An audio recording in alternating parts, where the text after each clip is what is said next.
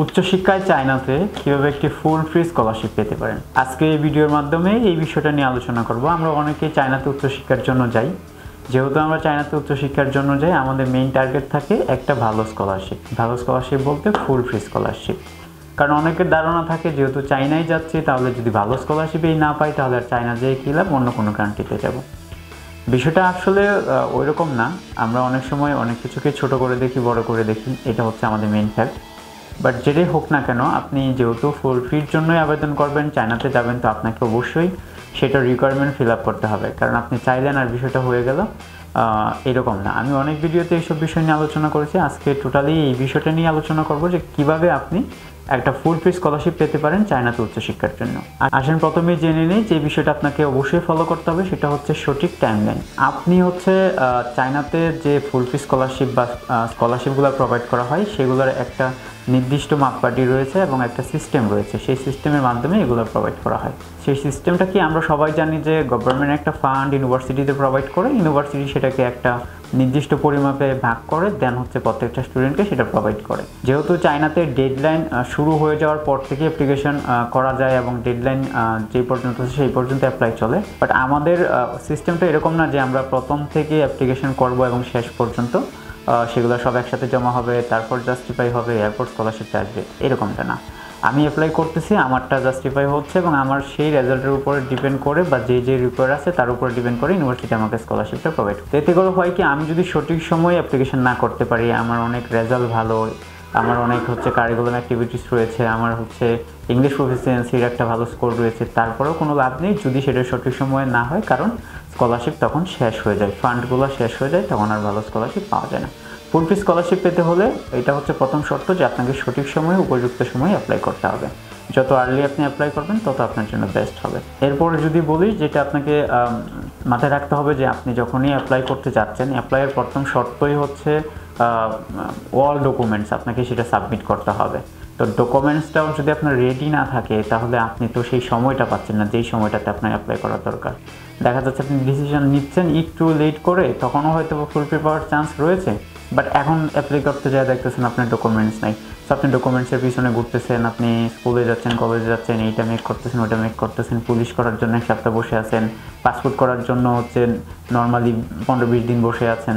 তো এই যে টাইমটা চলে যাচ্ছে, তখন কিন্তু আপনার ফুল ফি পাওয়ার সম্ভাবনাটা কমে যাচ্ছে। তো এর জন্য যখনই আপনি চায়নার কথা চিন্তা করবেন, সাথে সাথে হচ্ছে আপনার যে রিকোয়ারমেন্ট ডকুমেন্টসগুলো রয়েছে সেগুলো হচ্ছে আপনি মেক করে ফেলবেন। লাইক হচ্ছে আপনার পাসপোর্টটা ফার্স্ট নিডেড, প্রথমে পাসপোর্টটা করবেন। সাথে পাসপোর্টটা পাওয়ার সাথে সাথে পুলিশের জন্য অ্যাপ্লাই করে দিবেন, পুলিশ ক্লিয়ারেন্স যেটা বলি। ইউনিভার্সিটি থেকে, কলেজ থেকে হচ্ছে আপনার পেপারসগুলো রেডি করে রাখবেন উঠায়া।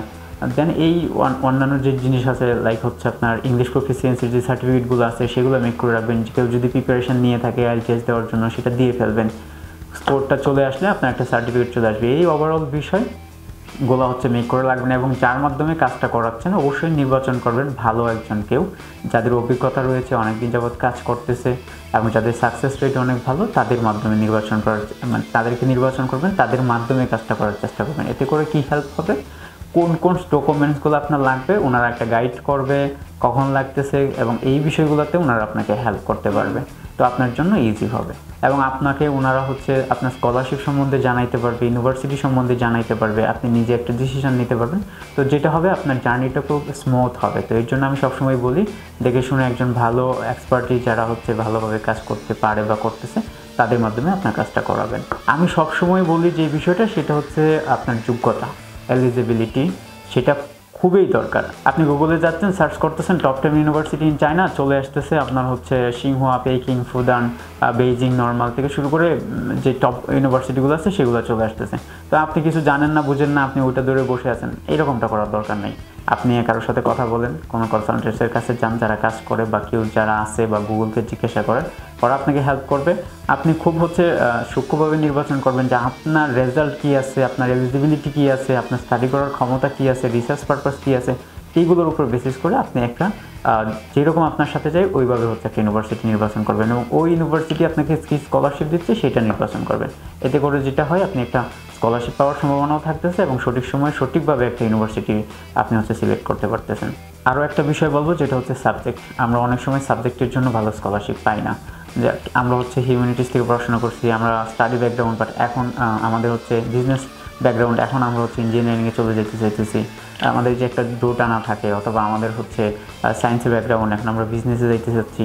হ্যাঁ, সব সাবজেক্টেই স্কলারশিপ রয়েছে, তবে আপনাকে এইটা মেক শিওর করতে হবে যে আপনার পিছনের ব্যাকগ্রাউন্ডটা কী ছিল এবং আপনি এখন যেটা চুজ করতেছেন ওই সাবজেক্টের উপরে কীরকম স্কলারশিপ আপনি পাচ্ছেন, ওই ইউনিভার্সিটি কীভাবে আপনাকে প্রোভাইড করতেছে। এই বিষয়টা যদি একটু নির্বাচন করতে পারেন সঠিকভাবে, তাহলে স্কলারশিপ পাওয়াটা অনেকটা স্মুথ হয়ে যায়।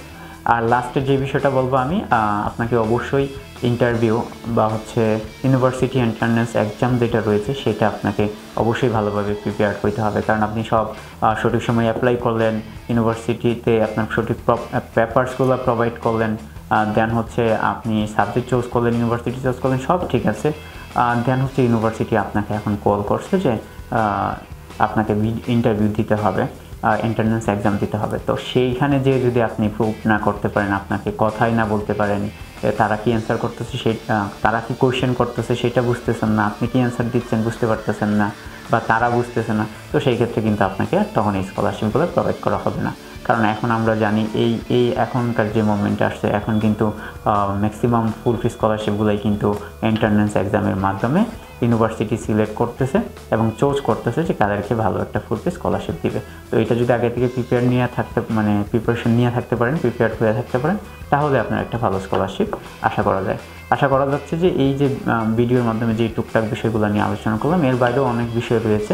তো এই বিষয়গুলো যদি একটু ফলো করেন, আশা করা যায় যে আপনি একটা ফুল ফি স্কলারশিপ পেতে পারেন। ভালো থাকবেন, সুস্থ থাকবেন। আসসালামু আলাইকুম।